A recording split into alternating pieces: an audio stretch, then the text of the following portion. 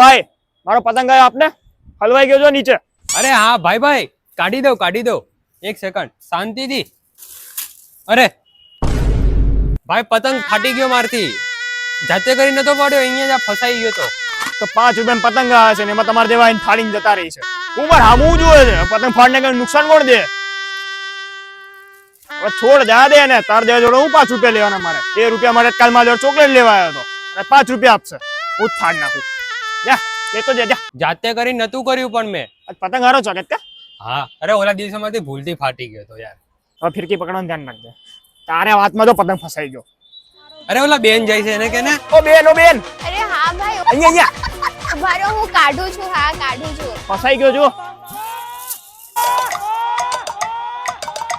અરે આ મારાથી પતંગ ફાટી ગયો. હવે ફાટી ગયો વાંધો નહીં, તમારા માટે તો 10 રૂપિયાની પતંગ એ કુરબાન છે. એક જાહેન બીજું આવશે એમાં હોય હું ને. એક કામ કરો તમે છે દોરીને નથી કાપી નાખો તો દોરી બગડે નહીં મારી, સમજ્યા? અરે દોરી તોડવા જઈશ તો મારો હાથમાં ચીરા પડી જશે. મારો હાથ નાજુક નથી.